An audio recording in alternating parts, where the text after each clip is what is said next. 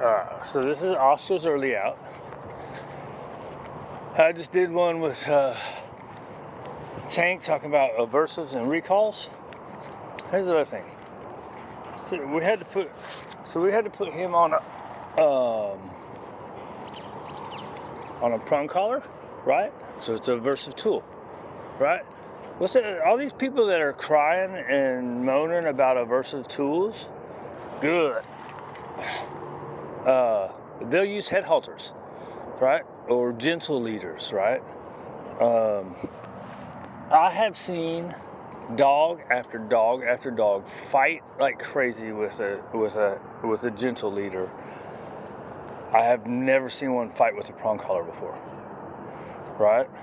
So with him, when I first started with him, I started doing a lot of work, kind of get it back better for his mom, because his mom at the time had knee surgery. I think it was knee. It might have been ankle. Pretty sure it was knee though.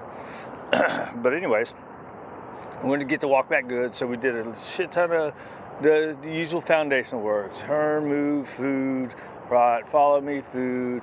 Little correction: stay with me. Don't go chase after the squirrel. Stay with me, right? We tried the slip lead for her, right? Because she needed a little more help. So we tried the slip lead. Well, kind of didn't really know. Here's the other part. Like, just because rules get in with me doesn't mean it's going to get in with the person. So, but with her knee, she couldn't exactly do a bunch of turning around, right? So we tried the slip lead. Then we went to the gentle leader. She wanted to try that. We went to that. She's like, oh yeah, I'm not. we put it on them, and even doing it with a little food. We didn't do the whole conditioning like for 3 months to get it in there, because we didn't have the time for that shit, right?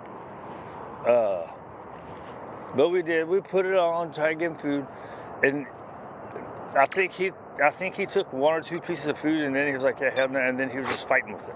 So what happens then is you got to work through the fight, and if the person doesn't want to work through the fight, then the dog's going to be like, yeah, I don't want that, and then we're giving into it, right? So the dog's not going to take to it. So could it have worked? Probably, but it didn't work for her, right? Ready? So anyways, now we're another year down the road, and I think she had shoulder surgery this time, right? And there's where she lives, like her house is here, she would have to walk way up the road to get to a crosswalk, or way down the road. And then the park's right there. So she would have to walk in order to get to the park where she wants to go, instead of just going straight across the street. So there's so much value over there from him playing and chasing squirrels that he tends to want to go real fast. Now, when he wants to go fast, I can just stop and hold the leash, and he'll hit the end of the leash pressure on him. I don't even have to do a correction. But with her shoulder, that is like too much. From what she said. She said any kind of pressure on there could mess up the surgery. Now, I don't know how long this recovery process, maybe that's just for like 6 months, right? But look, we put the prong collar on them, and like I did 1 session with him, and I did 1 turn with a correction, and from then he was walking like just right?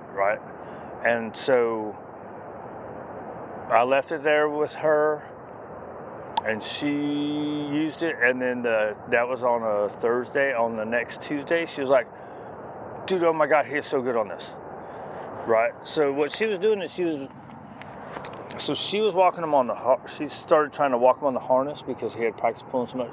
So on the harness, and she was still doing a lot of this and stopping, right? The be a tree. I think I did one with him. No, I did one with Tank about be a tree, where you just stop, and it really doesn't do much for the walk in itself. It does, to me, minimal good for them stopping pulling. It doesn't really do anything for them, depending on how you do it too. Some people do it different, so that's a whole nother story. Anyways, as soon as we put it on, he's just he just walks really good. And he walks pretty good anyways. Like when I would walk him, I would let him have the end of the leash.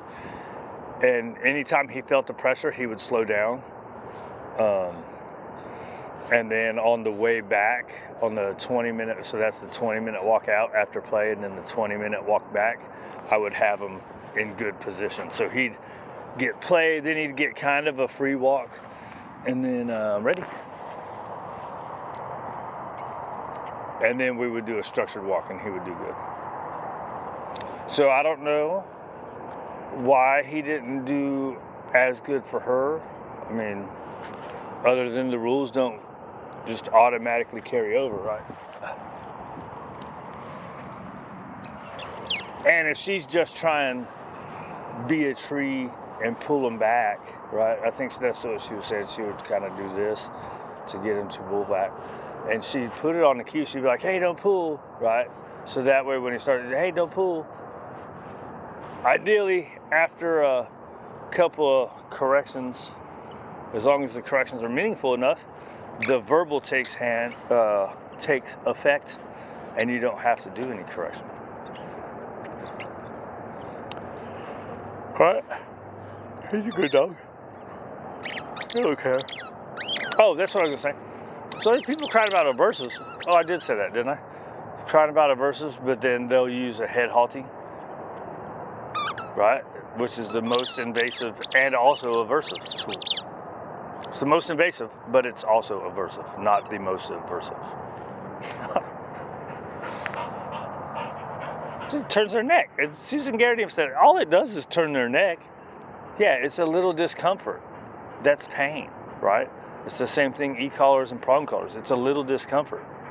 It's a pain. It's an acute pain. It's a minor pain. It's a no big deal pain. Unless you misuse it. All right, dude, let's go. You're a good boy. Go ahead. You're a free dog. Anyways, shit ain't a big deal, dude.